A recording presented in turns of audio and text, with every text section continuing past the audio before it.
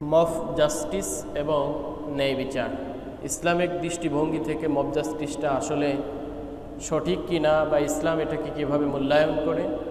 স্মরণকালের সবচেয়ে বড় mob justice হয়েছে গত 9ই জুলাই ঢাকার মিডফোর্ডে। তবে এই মব জাস্টিস হওয়ার পিছনে বেশ কিছু কারণ রয়েছে। এক প্রিয় উপস্থিতি, এই যে মব জাস্টিস কেন হয়, মব জাস্টিস হচ্ছে এবং এটা হওয়া ঠিক না, এইটা কিন্তু আমরা সবাই একেবারে বলে বলে সবাই চর্বিত চর্বণ করে ফেলি। কিন্তু মব জাস্টিসগুলো আসলে কী কারণে হচ্ছে, সেই কারণগুলো যদি আইডেন্টিফাই করে সেটার যদি আমরা রিসার্চ করতে পারি, তাহলেই আসলে মব জাস্টিসগুলো প্রতিহত হবে এবং কমতে থাকে। বিশ্বজিৎ হত্যা যেই হয়েছিল, ক্যামেরার সামনে দিবালোকে মানুষের সামনে একটা ব্যক্তিকে কুপায়ে হত্যা করলো। সেই ব্যক্তি দলের সঙ্গেও সম্পৃক্ত না, কিন্তু সেই ব্যক্তিকে হত্যাকারী ব্যক্তিরা কিভাবে বেকসুর খালাস পেয়ে যায়। একজন মেয়ে যখন ধর্ষণের শিকার হয়, ওই ধর্ষণের শিকারের বিচার করতে করতে 1 বছর 2 বছর 3 বছর 10 বছর পর্যন্ত পিছায়ে যায়। কেন? একটা মেয়ে যখন ধর্ষণের শিকার হচ্ছে, সেই বিচার করতে আপনাকে 10 বছর কেন সময় লাগাইতে হবে? তাহলে এই বিচার ফয়সালাগুলো আমাদের দেশে ত্বরান্বিত করা দরকার। সাগর রুনি হত্যা আমরা দেখেছি, হ্যাঁ, এরকম অসংখ্য হত্যা আছে। এই যে সাগর রুনির হত্যা বছরের পর বছর প্রলম্বিত হচ্ছে, বিলম্ব হচ্ছে। তো এই যে একটা মানুষের ভিতরে যে ক্ষোভ তৈরি হয় যে এত বড় অপরাধ করলো, সেই অপরাধ করার কারণে সে রাষ্ট্রীয়ভাবে বিচারিক আদালতে যাওয়ার পরেও সে নির্দোষ হয়ে গেল, সে জামিন পেয়ে গেল। তো এটার কারণে আসলে মব জাস্টিস তৈরি হয়। যে আমরা যেহেতু ইসলাম ফলো করি, ইসলামিক দিক নির্দেশনা মেনে চলার চেষ্টা করি, তো ইসলামের ভিতরে এই যে জনতার বিচার, উশৃঙ্খল জনতার বিচার বা মব জাস্টিস, যেটা সবথেকে বেশি আলোচিত শব্দ, এই ব্যাপারে ইসলামিক কোনো দিক নির্দেশনা আছে কিনা। সুতরাং একটা মব জাস্টিস এটা একটা দেশের জন্য, একটা সুশৃঙ্খল জাতির জন্য কখনোই সুন্দর পরিবেশ বয়ে নিয়ে আসতে পারে না। আলহামদুলিল্লাহি ওয়া কাফা ওয়া সালামুন আলা ইবাদিহিল্লাযীনা ইসতাফা, আম্মা বা'দ। ফাউযু বিল্লাহি মিনাশ শাইতানির রাজীম। বিসমিল্লাহির রহমানির রহিম। ইয়া আইয়ুহাল্লাযীনা আমানু কুনু কাওয়ামিনা বিল কিসতি শুহাদাআ লিল্লাহি ওয়ালাউ আলা আনফুসিকুম আবিল ওয়ালিদাইনি ওয়াল আকরাবিন। وقال رسول الله صلى الله عليه وسلم ويحكم أو ويلكم لا ترجعوا بعدي كفارا يضرب بعضكم رقاب بعض أو كما قال رسول الله صلى الله عليه وسلم. وقال الله سبحانه وتعالى في شان حبيبه يا أيها الذين آمنوا صلوا عليه وسلموا تسليما. درود إبراهيم পড়ি اللهم صل على محمد وعلى آل محمد كما صليت على إبراهيم وعلى آل إبراهيم إنك حميد مجيد. اللهم بارك على محمد وعلى آل محمد كما باركت على إبراهيم وعلى آل إبراهيم إنك حميد مجيد. بلغ العلا بكماله كشف الدجى بجماله حسنت جميع خصاله صلوا عليه وآله. মহান রব্বুল ইজ্জাতের দরবারে লাখ কোটি শুকরিয়া ও সুজুদ পেশ করছি যে এই মহান মনিব আমাদের সকলকে জুমার নামাজ আদায়ের উদ্দেশ্যে মসজিদে এসে বসার তৌফিক দিয়েছেন। এজন্য সেই মহান মনিবের দরবারে শুকরিয়া তান সকলে বলছি আলহামদুলিল্লাহ। সম্মানিত উপস্থিতি, কোরআনুল কারীম থেকে সূরাতুন নিসার 135 নম্বর আয়াত পাঠ করেছি। রাসূল করিম সাল্লাল্লাহু আলাইহি ওয়াসাল্লামের মুখ নিঃসৃত স্বর্ণবাণী থেকে বুখারীর সংকলিত একটি হাদিসের খণ্ডাংশ পাঠ করেছি। আল্লাহ সুবহানাহু ওয়া তাআলা যেন কোরআনের আয়াত এবং হাদিসের আলোকে কিছু গুরুত্বপূর্ণ সমসাময়িক বিষয়ে আলোচনার তৌফিক দিক সকল বলে আমিন। প্রিয় উপস্থিতি, আজকের যেই কোরআনের আয়াত এবং হাদিসের আলোকে আলোচনার শিরোনাম তৈরি করা হয়েছে সেটা হচ্ছেন মব জাস্টিস এবং ন্যায় বিচার।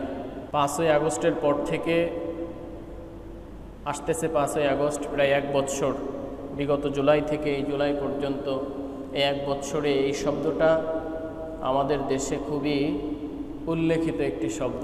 বিভিন্ন সময়ে বিভিন্ন পরিস্থিতিতে বিভিন্ন সময়ে এই মব জাস্টিস অনেক বেশি চর্বিত চর্বণ আলোচিত শব্দ। মব জাস্টিস এটা সমাজের জন্য, মানব জাতির জন্য কতটা উপকারী না ক্ষতিকর, ইসলামিক দৃষ্টিভঙ্গি থেকে মব জাস্টিসটা আসলে সঠিক কি না বা ইসলাম এটাকে কীভাবে মূল্যায়ন করে, এই আলোকের আজকের আলোচনা ইনশাআল্লাহ। প্রিয় উপস্থিতি, কোরআনুল কারীমের যে আয়াত তেলাওয়াত করেছি তার সরল অনুবাদ হচ্ছেন আল্লাহ রাব্বুল আলামিন বলছেন সূরাতুন নিসার 135 নম্বর আয়াত, ইয়া আইয়ুহাল্লাযীনা আমানু কুনু কাওয়ামিনা বিল কিসত, হে ঈমানদার সম্প্রদায়, কুনু কাওয়ামিনা বিল কিসত, তোমরা ন্যায় বিচারের উপর দৃঢ়ভাবে প্রতিষ্ঠিত থাকো। কুনু কাওয়ামিনা বিল কিসত, অর্থাৎ ন্যায় বিচারের ব্যাপারে তোমরা কোনোভাবে আপোষ করবে না, দৃঢ়ভাবে প্রতিষ্ঠিত থাকবে।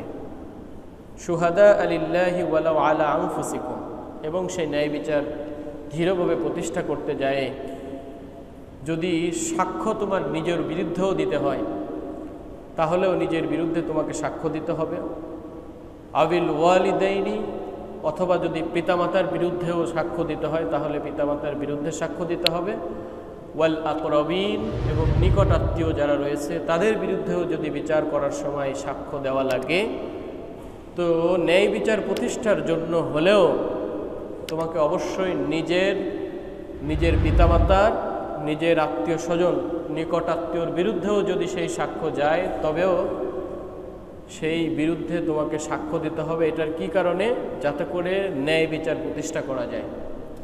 রাসূল সাল্লাল্লাহু আলাইহি ওয়াসাল্লামের যে হাদিসের খণ্ডাংশ পাঠ করেছি তার সরল অনুবাদ হচ্ছেন, আল্লাহ রাসূল সাল্লাল্লাহু আলাইহি ওয়াসাল্লাম বলছেন, ওয়াই হাকুম, তোমাদের জন্য আফসোস, আও ওয়াইলাকুম, অথবা তোমাদের জন্য ধ্বংস, লা তারজিউ, তোমরা ফিরে যেও না, বা আদি, আমার পরে, কুফফারান, কুফুরির দিকে, ইয়াদরিবু বা'দুকুম রিকাবা বা'জিন, একে অপরের ঘাড়ে আঘাত করে, একে অপরকে হত্যা করে তোমরা কুফুরির দিকে প্রত্যাবর্তন করো না, ফিরে যাও না। প্রিয় উপস্থিতি, মব জাস্টিসের যেই শাব্দিক অর্থ আমরা যদি করি, এর পরিচিতিটা কি? আসলে মব এবং জাস্টিস দুইটা শব্দই ইংরেজি শব্দ। মব শব্দের শাব্দিক অর্থ হচ্ছেন জনতা, জাস্টিস শব্দের অর্থ হচ্ছেন বিচার। সরল অনুবাদ করলে দাঁড়ায় জনতার বিচার। তবে এর একটা নীতিবাচক অর্থ আছে এবং এই মবের আরও বেশ কিছু অর্থ ডিকশনারি খুললে পাওয়া যায়। জনতা, উচ্ছৃঙ্খল জনতা, হুজুগে জনতা বা দাঙ্গা হাঙ্গামাকারী জনতা, ডিকশনারিতে এই বিভিন্ন অর্থে মবের শব্দের অর্থে এসেছে। আর জাস্টিস শব্দের অর্থ তো বিচার, ফয়সালা। তো এই যে আমাদের দেশে যেই মব জাস্টিসগুলো হচ্ছে, এটা জনতার বিচার মানে কি? উচ্ছৃঙ্খল জনতা, একজন ব্যক্তি অন্যায় করুক বা ন্যায় করুক, গুজব উঠায়ে তার উপরে মারপিট করা, এমনকি মারতে মারতে তাকে মেরেই ফেলে দেওয়া, এই যে উচ্ছৃঙ্খল বিচার ফয়সালা, এটা একটা সমাজ, একটা রাষ্ট্র, একটা মানব সভ্যতাকে ধ্বংস করে দিতে পারে। গত 5 আগস্ট যে সরকার পতন হলো, ছাত্র জনতার অভ্যুত্থানের মাধ্যমে একটা সরকার দেশ থেকে চলে যেতে বাধ্য হলো। এরপর থেকে এই যে মব জাস্টিস, এটা বিপুলভাবে খুবই ভয়াবহ রূপ ধারণ করেছে আমাদের এই দেশের জন্য। ছাত্র জনতা যেই উদ্দেশ্যে আসলে এই সরকার বিরোধী আন্দোলন বলেন, কোটা বিরোধী আন্দোলন বলেন, একটার থেকে আরেকটা রূপান্তরিত হয়ে যেই উদ্দেশ্যে করা হয়েছে, সেই উদ্দেশ্য এই বছরখানিকের ভিতরে খুব বেশি প্রতিফলিত হয়নি, বরং উল্টো প্রতিফলিত হয়েছে। বাংলাদেশের পাশাপাশি ভারত, পাকিস্তান, এই বিভিন্ন এই উপমহাদেশের ভিতরে এই মব জাস্টিসের ব্যাপারটা খুব ভয়াবহ, বেশি হয়। বিশ্বের ভিতর যদি পর্যালোচনা করা হয় তাহলে বাংলাদেশ সহ ভারত, পাকিস্তান এই দেশগুলোর ভিতরেই মব জাস্টিসের প্রবণতা অনেক বেশি। আফ্রিকার দেশ উগান্ডার বিচার ব্যবস্থার উদ্যোগে পরিচালিত হয় সরকারি প্রকল্প, একটি বিচার ব্যবস্থা পরিচালিত হয় জাস্টিস সেন্টার। সেখানের ওয়েবসাইটে এই মব জাস্টিসের একটা চমৎকার সংজ্ঞা দেওয়া হয়েছে। এতে বলা হয়েছে, মব জাস্টিস হলো অপরাধে জড়িত থাকার সন্দেহে কোনো ব্যক্তিকে জনতার বিচারে অবমাননা করা, লাঞ্ছিত করা, মারধর করা, হত্যা করা বা তার সম্পদ ধ্বংসের মাধ্যমে তাকে সাজা দেওয়া কিংবা প্রতিশোধ নেওয়া। দুঃখের বিষয় হচ্ছেন, যখন কোনো ব্যক্তি এই মব জাস্টিসের শিকার হয়, সে যে নিরপরাধ নাকি অপরাধী এইটা প্রমাণ করার কোনো সুযোগ থাকে না, নির্দোষ প্রমাণের কোনো সুযোগ পায় না। উশৃঙ্খল জনতা আইন নিজের হাতে তুলে নেয়। মব জাস্টিসের মাধ্যমে কেন ন্যায় বিচার কখনোই প্রতিষ্ঠিত হয় না? কারণ এখানে সাক্ষী বা শাস্তিদাতা সব কিছুর ভূমিকায় থাকে একটা উশৃঙ্খল জনতা। ঘর পোড়ার ভিতর আলো পোড়া দিয়ে খাওয়ার মতো একটা পরিস্থিতি থাকে। 5ই জুলাই দৈনিক কালের কণ্ঠ, 16ই জুলাই বিবিসি বাংলার প্রতিবেদনে বলা হয়েছে, বাংলাদেশ মব সন্ত্রাস বা গণপিটুনির ঘটনা ভয়াবহভাবে বেড়ে চলেছে। সম্প্রতি কুমিল্লার মুরাদনগরে আমরা দেখেছি মা, শিশু, সন্তান সহ তাদেরকে একটা চুরির ঠুনকো অভিযোগ এনে তাদেরকে পিটিয়ে হত্যা করা হয়েছে। গাজীপুরের হৃদয় নামের এক গার্মেন্টস কর্মী যুবক, ঢাকায় আলামিন, লালমনিরহাটে সেলুনের এক ব্যক্তি, যদিও সে সাতিমে রসুল বা রসুলের বিরুদ্ধে বিভিন্ন কটূক্তি করেছে, কিন্তু তার মানে এই না যে আমি জনতা হিসেবে একেবারে আইন হাতে তুলে নিয়ে তাকে মেরে পিটিয়ে হত্যা করে ফেলবো একবারে। এটা কখনোই হতে পারে না। স্মরণকালের সবচেয়ে বড় মব জাস্টিস হয়েছে গত 9ই জুলাই ঢাকার মিডফোর্ডে। সেখানে ব্যবসায়িক আধিপত্যর জেরে বা চাঁদা তোলা, দেওয়া বা নেওয়ার অভিযোগ এনে যেই ব্যক্তিকে, সোহাগ নামের এক ব্যক্তিকে হত্যা করা হয়েছে। সমস্ত মব জাস্টিসকে এইটা ছাপিয়ে গিয়েছে। একটা মানুষকে উলঙ্গ করে তার উপরে যেই পৈশাচিক নির্যাতন চালানো হয়েছে এবং তার উপরে যেই উন্মত্ত উল্লাস, আনন্দপনা করা হয়েছে, এমনকি খুবই জঘন্যতম, যেটা ভাষায় প্রকাশ করা সম্ভব না, এত বড় একটা পাথর, সেই পাথর একটা মরা মানুষ, আমি যতটুকু ভিডিওতে দেখেছি যে আসলে সে মারাই গিয়েছে, তারপরেও তাদের যে ক্ষোভ, সেই ক্ষোভের কারণে এত বড় পাথর উঠায় সে মৃত্যু মানুষের উপরে মারা হচ্ছে। এই যে মব জাস্টিস বা জনতার, উশৃঙ্খল জনতার বিচার ফয়সালা, এটার মাধ্যমে একজন ব্যক্তির আক্রোশের মাধ্যমে আরেকজন ব্যক্তি অন্যায় করেনি, একজন নিরপরাধ ব্যক্তিকেও হত্যা করা একেবারে একটা সোজা পরিবেশ, ঠুনকো পরিবেশ হয়ে গিয়েছে। প্রিয় উপস্থিতি, আরও যদি আমরা একটু পিছনের দিকে তাকাই, 2012 সালের ডিসেম্বর মাসের 9 তারিখে একটা ভয়াবহ মব জাস্টিস হয়েছিল। আপনাদের হয়তো মনে থাকবে, ঘটনাটি ঘটেছিল সেদিন রবিবার সকাল 9টা থেকে 9:30টার মধ্যে। তৎকালীন যেই ছাত্রলীগ সংগঠন ছিল, সেই সংগঠন কর্তৃক এই মব জাস্টিস হয়েছিল। প্রিয় উপস্থিতি, ঢাকায় সেদিন সরকার বিরোধী একটা আন্দোলন চলতেছিল। বিশ্বজিৎ দাসকে বিনা কারণে প্রকাশ্য দিবালোকে শত শত মানুষ ও আইন শৃঙ্খলা রক্ষাকারী বাহিনী সহ মিডিয়ার ব্যক্তিদের সামনে যেভাবে কুপিয়ে জখম করে হত্যা করা হয়েছিল, সেটা স্মরণকালের একটা দুঃখজনক ঘটনা ছিল। আর আরও দুঃখজনক বিষয় হচ্ছেন যে এই শত শত মানুষের মাঝখানে কুপায়ে সেই ব্যক্তি বারবার নিরপরাধ বললেও তাকে ছাড় দেওয়া হয়েছিল না। সেই মানুষটা অপরাধী হইলেও তো ওইভাবে একটা মানুষকে হত্যা করার কোনো সুযোগ নেই। দুঃখজনক বিষয় হচ্ছেন সেই সমস্ত ব্যক্তি যারা এই বিশ্বজিৎ দাসকে হত্যা করেছিল, তারা পরবর্তীতে গ্রেপ্তার হলো। গ্রেপ্তার হওয়ার পরে তারা আবার জামিন পেয়ে গেল। এই যে একটা অপরাধের কারণে কিছুদিন জেলে নিয়ে যাওয়া বা হালকা করে বিচার করে তাদেরকে ছেড়ে দেওয়া, এই যে ছেড়ে দেওয়া বা এই যে সঠিক বিচার না হওয়া, এটা পরবর্তীকালে এই মব জাস্টিসকে আরও বেশি উৎফুল্ল করে তোলে। যে একটা মানুষ দেখা যাচ্ছে অপরাধী, দিবালোক শত শত মানুষের সামনে কোপায়ে হত্যা করতেছে, সেই ব্যক্তি আসলে কোনো দলের লোক না, কোনো সংগঠনেরও লোক না, সে তার নিজের কাজে সেখান দিয়ে যাচ্ছিল, হঠাৎ করে তাকে ধরে কোপায়ে হত্যা করা হলো। তো এই ব্যক্তিগুলো কিভাবে, কোন যুক্তি প্রমাণে এই ব্যক্তিগুলো নিরপরাধভাবে বেকসুর খালাস পেয়ে যায়?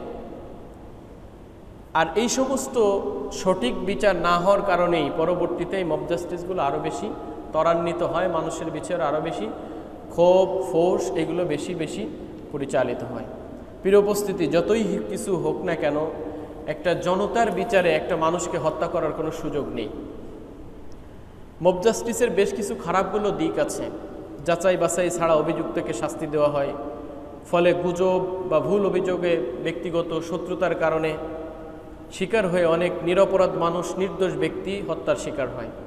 ইসলাম ও আইনি বিচার প্রক্রিয়ার মাধ্যমে অপরাধ প্রমাণ ছাড়া শাস্তি সম্পূর্ণভাবে নিষিদ্ধ। মব জাস্টিস সাক্ষ্য প্রমাণ ও আদালতের রায় কিছুই থাকে না, এগুলো করার কোনো সুযোগও নেই।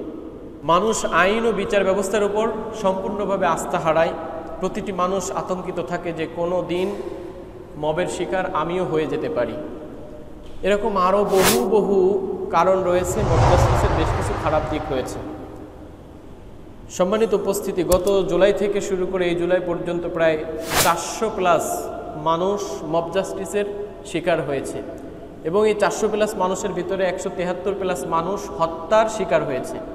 এটা হচ্ছেন যেগুলো মিডিয়ায়, পত্রিকায়, বিভিন্ন সংবাদ মাধ্যমে, ফেসবুকে, সোশ্যাল মিডিয়ায় এসেছে, সেই একটা পরিসংখ্যান আমরা পাই।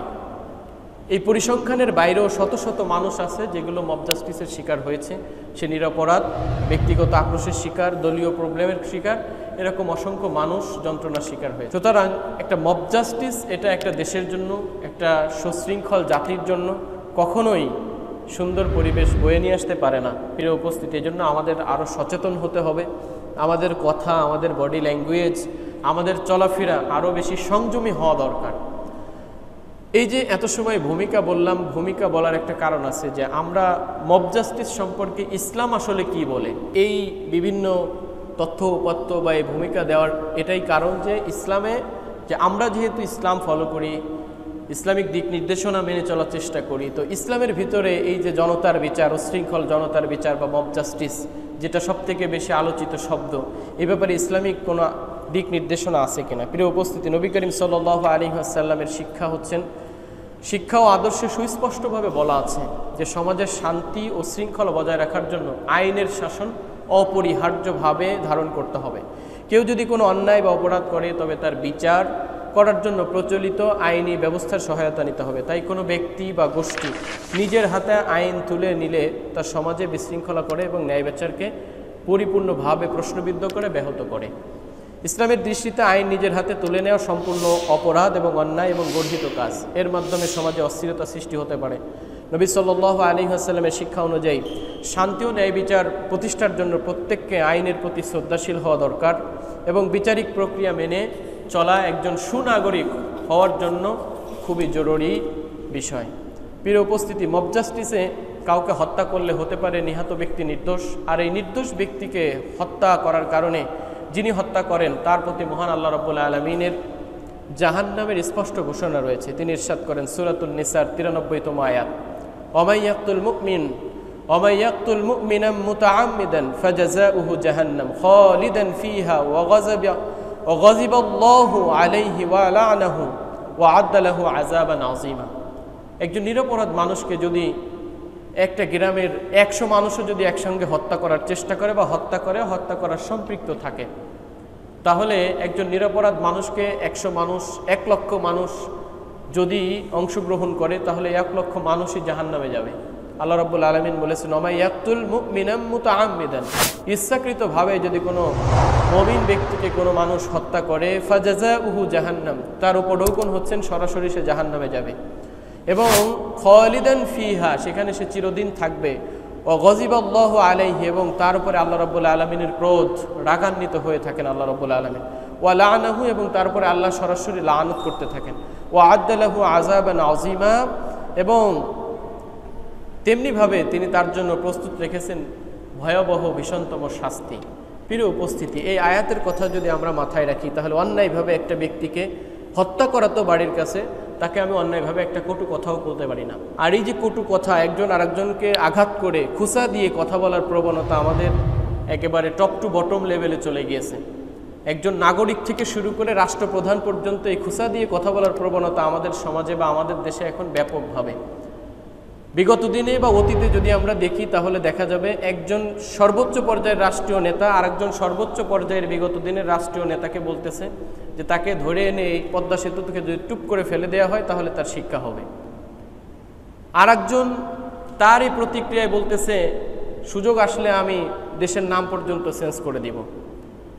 এই যে উদ্ধতপূর্ণ আচরণ, সর্বোচ্চ পর্যায়ের একজন রাষ্ট্রীয় মানুষ, তিনি দেশকে অন করেন, দেশের নেতৃত্ব দেন, এই ব্যক্তি আরেক ব্যক্তিকে যদি এরকমভাবে খোঁচা মারে, তুচ্ছ তাচ্ছিল্য করে কথা বলে, তো ওই দেশের জনগণ আসলে কি ভালো কথা বলবে? পদ্মা সেতু থেকে টুপ করে ফেলে দিয়ে একটা চুবনি দিয়ে তাকে উঠায় নিয়ে আসবে। প্রিয় উপস্থিতি, সেখান থেকে কিন্তু মানুষ শিক্ষায় নিনি। তারা এই যে জুলাই গণ আন্দোলনের কারণে দেশ থেকে চলে গিয়েছেন, সেখান থেকে যদি পরবর্তী মানুষগুলো শিক্ষা নিত তাহলে তাদের মুখ থেকে অন্তত এই ধরনের কথাগুলো বের হতো না। এখন তারা কি বলে, পরবর্তীতে যারা ক্ষমতায় যাবে বা ক্ষমতা পেয়ে গেছে মনে করে, সেই সমস্ত ব্যক্তিদের আচরণ আরও উদ্ধতপূর্ণ হয়ে গিয়েছে। তারা বলে যে তাদের দলীয় লোক যদি প্রস্রাব করে দেয় তাহলে অন্য যেই সমস্ত মানুষগুলো আছে তারা ভেসে যাবে। কত জঘন্যতম কথা হতে পারে এটা। তো এই যে মব জাস্টিস তৈরি করার জন্য রাষ্ট্রীয় পর্যায় থেকে একটা উস্কানিমূলক কথাবার্তা বলে দেওয়া হয়। প্রিয় উপস্থিতি, একটা দলকে আর একটা দল এরকমভাবে তাচ্ছিল্য করতেছে, তুচ্ছ করে কথা বলতেছে, চিলড্রেন পার্টি, চরের পার্টি। তো একটা মানুষকে আর একটা মানুষ যদি রাষ্ট্রীয় পর্যায় থেকে সম্মান দেওয়ার প্রবণতা না থাকে, তাহলে ওই রাষ্ট্রীয় নেতাদের যেই সমস্ত অনুসারীরা রয়েছে, অনুকরণীয় ব্যক্তিরা রয়েছে, সেই সমস্ত ব্যক্তিদের থেকে তো এই আচরণগুলো আরও বেশি বেশি পয়দা হবে। তো আমরা যতটুকু বলতে পারি যে ইসলামে এই মব জাস্টিসের কোনো সুযোগ নেই। তবে এই মব জাস্টিস হওয়ার পিছনে বেশ কিছু কারণ রয়েছে, একটা জুমায় আসলে এই সম্পূর্ণ আলোচনা করা সম্ভব নয়। প্রিয় উপস্থিতি, মব জাস্টিস ইসলাম আমাদেরকে যে ন্যায় বিচার শিখিয়েছে এ সম্পর্কে মহান আল্লাহ রাব্বুল আলামিন ইরশাদ করেন সূরাতুন নিসা ৫৮ নম্বর আয়াত, ওয়া ইযা হাকামতুম বাইনান নাস আন তাহকুমু বিল আদল। আর যখন তুমি মানুষের মাঝে বিচার করবে তখন ন্যায় বিচারের সাথে বিচার করবে। মব জাস্টিস তো কখনোই ইসলাম সেটাকে সমর্থন করেই না, বরং ইসলামী সঠিক এবং স্পষ্ট দিক নির্দেশনা হচ্ছেন তুমি যখন মানুষের মাঝে বিচার করবে সেই বিচারটা যথাযথভাবে ন্যায়সঙ্গতভাবে বিচার করবে। আমি খুতবায় যে আয়াত করেছি সেই আয়াতের অনুবাদ ছিল হচ্ছেন যে তোমরা একনিষ্ঠভাবে দৃঢ়ভাবে সঠিক বিচারের ফয়সালা কায়েম করবে এবং সেই বিচার ফয়সালা কায়েম করতে যায় যদি সাক্ষ্য তোমার নিজের বিরুদ্ধে হয় তাহলেও তোমাকে সেই সাক্ষ্য দিতে হবে, যদি তোমার পিতামাতার বিরুদ্ধে হয় তাহলেও তোমাকে সেই পিতামাতার বিরুদ্ধে সাক্ষ্য দিতে হবে, যদি তোমার নিকটাত্মীয়র বিরুদ্ধেও যায় তাহলেও তোমাকে নিকটাত্মীয়র বিরুদ্ধে সাক্ষ্য দিতে হবে। ইসলামের দিক নির্দেশনা হচ্ছে এইটা। নিজে বলেন, পিতা বলেন, নিকটাত্মীয় বলেন, কারোর পক্ষে অন্যায়ের পক্ষ নেওয়ার কোনো সুযোগ নেই। ইসলামে মব জাস্টিসের একবারেই সম্পূর্ণভাবে নিষিদ্ধ। ইসলামের আইন হলো কেউ অপরাধ করলে সাক্ষ্য প্রমাণের ভিত্তিতে সেটার বিচার ফয়সালা করতে হবে। বাদী ও বিবাদী উভয়ের বক্তব্য সুন্দর করে শুনতে হবে, শোনার পরে সাক্ষ্য প্রমাণের ভিত্তিতে যদি কেউ অপরাধ হয় তাহলে তার বিচার ফয়সালায় আনতে হবে। এর বাইরে উচ্ছৃঙ্খল জনতা গুজব উঠায়ে দল করার কারণে আর একটা মানুষের ঘরবাড়ি লুট করে নিয়ে যাওয়া, আর একটা মানুষকে আহত করা, মার্ডার করে ফেলা, হত্যা করে ফেলা, ইসলাম এটাকে কখনোই সমর্থন করে না। আমরা সবসময় এ ব্যাপারে খেয়াল রাখব। সাহাবী আনাস রাদিয়াল্লাহু তাআলা আনহু বর্ণনা করেন নবী করিম সাল্লাল্লাহু আলাইহি ওয়াসাল্লাম বলেছেন, আকবারুল কাবাইর আল ইশরাকু বিল্লাহ, সবথেকে বড় জঘন্য গুনাহ হচ্ছেন আল্লাহ রাব্বুল আলামিনের সঙ্গে শিরিক করা। এরপরে বলছেন ওয়া কাতলুন নাফসি, মানুষকে হত্যা করা। প্রিয় উপস্থিতি, যেখানে মানুষ হত্যা সবথেকে বড় কবিরা গুনাহ আল্লাহ রাসূল সাল্লাল্লাহু আলাইহি ওয়াসাল্লাম বলছেন, সেখানে মব জাস্টিসের কোনো সুযোগ নেই। বুখারীর ৬৮৭১ নম্বর হাদিস। যারা মব জাস্টিসের সাথে জড়িত তাদেরকে মনে রাখতে হবে নবী করিম সাল্লাল্লাহু আলাইহি ওয়াসাল্লাম ইরশাদ করেছেন, আউয়াল মা ইউকযা বাইনান নাস ইয়াউমাল কিয়ামাতি ফিদ দিমা। আল্লাহ রাব্বুল আলামিন যখন কিয়ামতের বিচার ফয়সালা শুরু করবেন, এই বিচার ফয়সালার সময় মানবাধিকারের যে বিচার শুরু হবে, সেই মানবাধিকারের বিচার অর্থাৎ বান্দার হক নিয়ে যখন বিচার শুরু হবে তখন সর্বপ্রথম আল্লাহ সুবহানাহু ওয়া তাআলা বান্দার হকের ভিতর থেকে প্রথম যে বিচার করবেন সেটা হচ্ছেন মানুষের রক্তের হিসাব করবেন। একটা মানুষ হয়ে আর একটা মানুষের অন্যায়ভাবে যে রক্তাক্ত করা হয়, মার্ডার করা হয়, আঘাত করা হয়, প্রতিহত করা হয়, এইটার বিচার আল্লাহ রাব্বুল আলামিন প্রথমেই করবেন। আউয়ালু মা ইউকযা বাইনান নাসি ইয়াউমাল কিয়ামাতি ফিদ দিমা, কিয়ামতের দিন মানবাধিকার সম্পৃক্ত সর্বপ্রথম হিসাব হবে মানুষের রক্তের বিধানের। প্রিয় উপস্থিতি, এই জন্য একটা মানুষকে অন্যায়ভাবে আমি হঠাৎ করে মাথায় বাড়ি দিয়ে দিলাম, পা ভেঙে দিলাম। একটু আগে একটা ভিডিও সামনে আসছিল, দেখছি এক নেতা বলতেছে তার জনসাধারণকে, যদি অন্যায় করে তারা ধরে হাত পা ভেঙে আমার কাছে নিয়ে আসবা। মানে কি, মানে বীরত্বপূর্ণ আচরণ, একটা পুরা একটা মানুষের সামনে সেই কথা বলতেছে। তো এই কথার দ্বারা কি হবে, যে আমার যদি কোনো ব্যক্তি আক্রোশ থাকে, আমার যদি কোনো সম্পত্তি নিয়ে কোনো ভাগাভাগি থাকে, আমার যদি পারিবারিক কোনো কলহ তার সঙ্গে থেকে থাকে, আমি এই সুযোগটা নিব এবং তার ঠ্যাং ভেঙে তার কাছে আমি নিয়ে যাব, যে দেখেন আমার দলের বিরুদ্ধে সে এই কথা বলেছিল, নেতা আপনার বিরুদ্ধে এই কথা বলেছিল। এখানে পাবলিক প্লেসে এইরকমভাবে উস্কানিমূলক বক্তব্য দিচ্ছেন মানুষ। এখান থেকে আমাদেরকে বেরিয়ে আসতে হবে। সাহাবী আব্দুল্লাহ ইবনে মাসউদ রাদিয়াল্লাহু তাআলা আনহু বর্ণনা করেন, নবী করিম সাল্লাল্লাহু আলাইহি ওয়াসাল্লাম ইরশাদ করেছেন, সিবাবুল মুসলিমি ফুসুকুন ওয়া কিতালুন কুফরুন, কোনো মুসলিমকে গালি দেওয়া এটা সর্বোচ্চ পর্যায়ের একটা ফাসিকি। ওয়া কিতালুহু কুফরুন, এবং তাকে হত্যা করা এটা কুফরির সমতুল্য, এবং তার সঙ্গে লড়াই করা এটা কুফরির সমতুল্য। প্রিয় উপস্থিতি, মুসলিম বুখারীর 6044 নম্বর হাদিস এবং 48 নম্বর হাদিসের ভিতরে স্পষ্ট এসেছে, সিবাবুল মুসলিমি ফুসুকুন ওয়া কিতালুহু কুফরুন, একজন মুসলিম আর একজন মুসলিমকে গালি দেওয়া, অশ্রাব্য ভাষায় কথাবার্তা বলা, এটা সম্পূর্ণ ফাঁসিকি এবং গর্হিত কাজ। অকিতালুহু, এবং তাকে হত্যা করা এটা কুফুরি কাজ।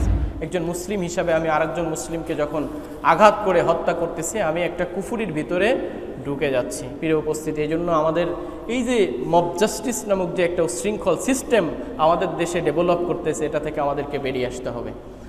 প্রিয় উপস্থিতি, কেউ অপরাধ করলে আইন নিজের হাতে তুলে না নিয়ে পুলিশ প্রশাসন আছে, বিভিন্ন প্রশাসন আছে, বা বিচারিক আদালতের শরণাপন্ন হতে হবে আমাদেরকে।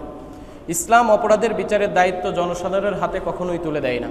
তাই কেউ অপরাধ করলে আইন নিজের হাতে তুলে নেওয়ার কোনো সুযোগ তো নেই।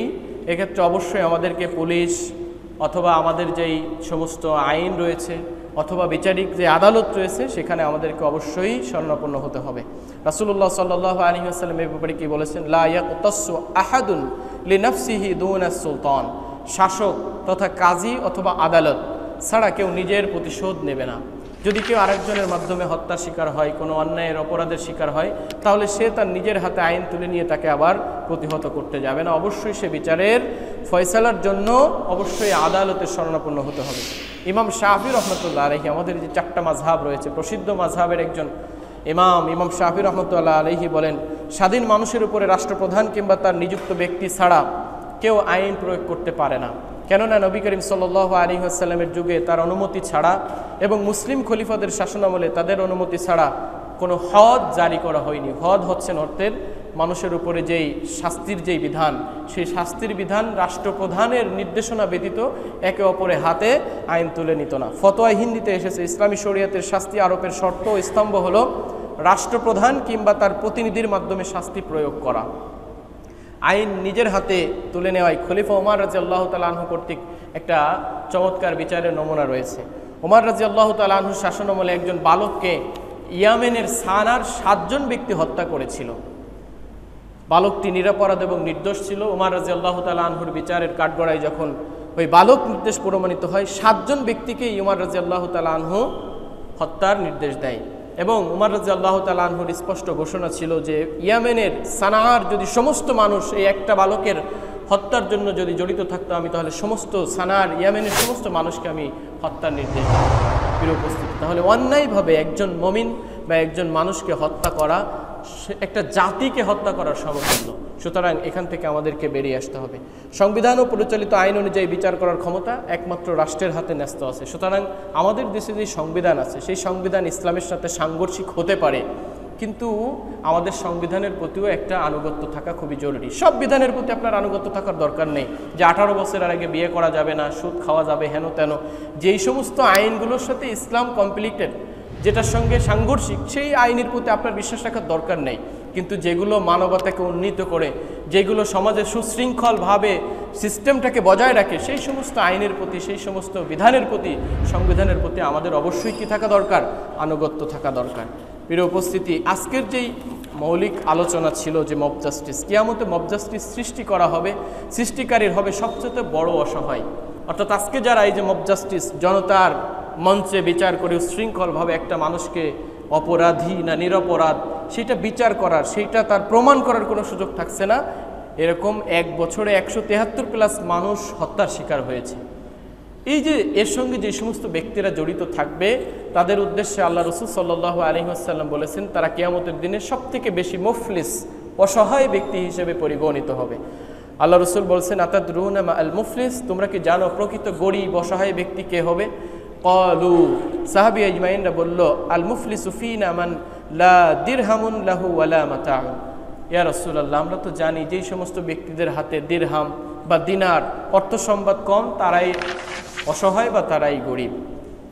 রাসূল সাল্লাল্লাহু আলাইহি ওয়াসাল্লাম ফাকালা রাসূলুল্লাহ ইন্নাল মুফলিসা মিন উম্মতি মান ইয়াতি ইয়াউমাল কিয়ামাতি বিসালাতিন ওয়া সিয়ামিন ওয়া ইয়াতিয়া ওয়া যাকাতিন ওয়া ইয়াতিয়া ওয়া ক্বাদ শাতামা হাযা ওয়া কাযাফা ওয়া হাযা ওয়া আকালা মাল হাযা। রাসূল বললেন যে কিয়ামতের ময়দানে সবথেকে অসহায় এবং গরিব ব্যক্তি তারাই হবে যে আমার উম্মতের ভিতর থেকে তারা কিয়ামতের ময়দানে অবস্থায় উপস্থিত হবে অনেকগুলো নামাজের সওয়াব নিয়ে, অনেকগুলো সিয়ামের সওয়াব নিয়ে, অনেকগুলো জাকাতের সওয়াব নিয়ে, কল্যাণ নিয়ে তারা উপস্থিত হবে। ওয়ায়াতি, এবং তারা সাথে এটাও নিয়ে আসবে ওয়াকাদ শাতামা, যে একজন মানুষকে সে খালি খালি অন্যায়ভাবে গালিগালাজ করেছিল সেই ব্যক্তিকেও উপস্থিত হবে। ওয়াহাজা ওয়াকাজাফা, মিথ্যা অপবাদ দিয়েছিল সেই ব্যক্তিও মিথ্যা কথা বলেছিল তাকে নিয়েও সে হাজির হবে। ওয়া আকালা মাল হাজা, আরও মজার ব্যাপার হচ্ছেন যে বিভিন্ন দোকান থেকে চাঁদা তুলে তুলে খাইতো। আমাদের দেশে তো এটা একটা ট্রেন্ডিং বিষয় হয়ে দাঁড়িয়েছে। যে সমস্ত রাজনীতিবিদ ব্যক্তিরা রয়েছে তারা এই যে চাঁদার উপরে ভর করে তাদের দেশকে পরিচালিত করতে চায় বা তাদের দলকে পরিচালিত করতে চায়। আল্লাহ রসুল বলেছেন ওয়া আকালা মাল হাজা, যে একজন আরেকজনের মালকে খেয়ে ফেলতো। তো আমাদের দেশের একজন আরেকজনের মাল খাওয়ার একটা সুন্দর শব্দ হচ্ছেন কি? চাঁদা তুলে খাওয়া। জঘন্যতম একটা সিস্টেম।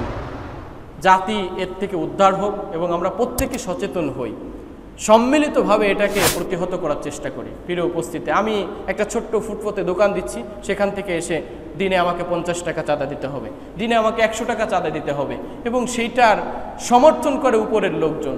মানে কত নিম্ন মাইন্ডের একটা জাতি হিসেবে আমরা পরিগণিত হচ্ছি বা আগাচ্ছি। এটার থেকে আল্লাহ রাব্বুল আলামিন আমাদেরকে মুক্তি দিক, সকলে বলি আমিন। প্রিয় উপস্থিতি, যেই হাদিস বলতেছিলাম যে সবথেকে মুফলিস তথা অসহায় এবং গরিব ব্যক্তি কে হবে, নামাজ নিয়েও পড়েছে, সে জাকাত হজ এত এত সব নিয়ে সে কিয়ামতের ময়দানে উপস্থিত হবে, কিন্তু তার সঙ্গে এই সমস্ত ব্যক্তিও উপস্থিত হবে যাকে সে গালি দিয়েছিল। গালি দেওয়ার কারণে তার সব থেকে তাকে কিছু সব দেওয়া হবে।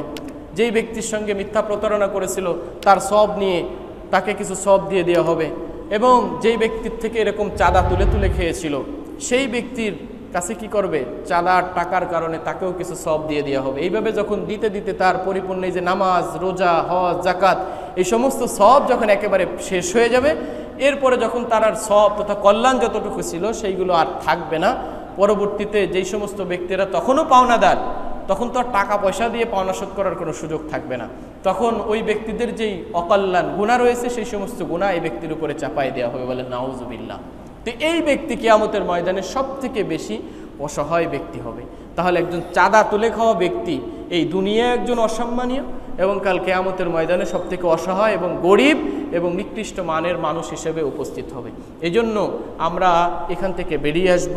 আমাদের যদি কোনো সদস্য, ফ্যামিলি সদস্য, আমি মনে করি আমাদের কোনো সদস্যের সঙ্গে জড়িত নেই, আমাদের মনে যদি এরকম কোনো চাহিদা থেকে থাকে এখান থেকে আমরা বেরিয়ে আসবো। কেননা এই দুনিয়ায় একটু বীর বিক্রম দেখাই যেতে পারি, কিন্তু কাল কিয়ামতের ময়দানে কোনো ধরনের বীর বিক্রম দেখানোর কোনো সুযোগ নেই। সেখানে এই চাঁদা তুলে খাওয়ার কারণে আপনি সর্বোচ্চ পর্যায়ের একেবারে অসহায় ব্যক্তি হিসেবে পরিগণিত হবেন। কেননা আপনার যতটুকু সব আছে এই প্রত্যেকটা এক একটা বাজারের দোকানদারের থেকে যদি আপনি চাঁদা তুলে খায় এবং সেগুলোর ব্যক্তির প্রত্যেককে যদি সব দিয়ে দেওয়া হয় এবং পরবর্তীতে সব শেষ হয়ে যাওয়ার পরে তাকে আবার গুনাহটা তাকে রিসিভ করতে হয়, তাহলে এই ব্যক্তি সব থেকে বেশি অসহায় ব্যক্তি হিসেবে পরিগণিত হবে।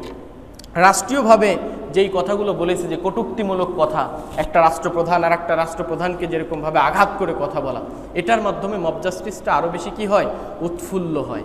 তাহলে এখান থেকেও আমাদের রাষ্ট্রপ্রধানদেরও এখান থেকে সংযমী হতে হবে, সুন্দর কথা বলতে হবে, একজন আরেকজনের প্রতি একটা চমৎকার কি হতে হবে, সম্মানজনক ব্যবহার আমাদের দৃষ্টান্ত স্থাপন করতে হবে। প্রিয় উপস্থিতি, এই যে মব জাস্টিস কেন হয়, মব জাস্টিস হচ্ছে এবং এটা হওয়া ঠিক না, এইটা কিন্তু আমরা সবাই একেবারে বলে বলে সবাই চর্বিত চর্বণ করে ফেলি, গেজা তুলে ফেলি। কিন্তু মব জাস্টিসগুলো আসলে কী কারণে হচ্ছে, সেই কারণগুলো যদি আইডেন্টিফাই করে সেটার যদি আমরা রিসলভ করতে পারি, তাহলেই আসলে মব জাস্টিসগুলো প্রতিহত হবে এবং কমতে থাকে। বিশ্বজিৎ হত্যা যেই হয়েছিল, ক্যামেরার সামনে দিবালোকে মানুষের সামনে একটা ব্যক্তিকে কুপায়ে হত্যা করলো।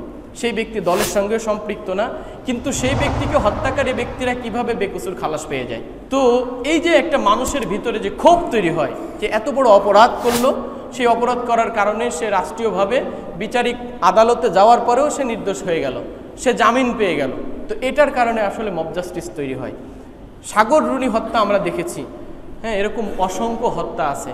এই যে সাগর রুনির হত্যা বছরের পর বছর প্রলম্বিত হচ্ছে, বিলম্ব হচ্ছে। তাদের যে ছোট্ট ছোট্ট সন্তান, সেই সন্তান একেবারে ছোট্ট অবস্থায় তারা যে মার্ডারের শিকার হলো, এখনও পর্যন্ত এই সাগর রুনি মার্ডারের হত্যার কোনো স্পষ্ট সুন্দর দিক নির্দেশনা পাওয়া যায়নি। তাহলে এটার মাধ্যমে আসলে একটা মব জাস্টিস তৈরি হয় যে বিচারিক আদালতে আমি কেন যাব। একজন ব্যক্তি বা একজন মেয়ে যখন ধর্ষণের শিকার হয়, ওই ধর্ষণের শিকারের বিচার করতে করতে 1 বছর 2 বছর 3 বছর 10 বছর পর্যন্ত পিছায়ে যায়। কেন? একটা মেয়ে যখন ধর্ষণের শিকার হচ্ছে, সেই বিচার করতে আপনাকে 10 বছর কেন সময় লাগাইতে হবে? তাহলে এই বিচার ফয়সালাগুলো আমাদের দেশে ত্বরান্বিত করা দরকার। সিস্টেমটাকে আরও সুন্দর করে আপডেট করা দরকার, যে একটা ব্যক্তি যখন ভিকটিম এরকম মব জাস্টিস বা অপরাধের বা অন্যায়ের শিকার হবে, সেই ব্যক্তি যেন দ্রুত সময়ের ভিতরে বিচার পেয়ে যায়, তাহলে সেও খুশি থাকবে এবং অপরাধী যে সেও দ্রুত বিচারের মাধ্যমে কাঠগড়ায় দাঁড়িয়ে যাবে। প্রিয় উপস্থিতি, এই জন্য সর্বোপরি আমার আজকের আলোচনা যেটা ছিল যে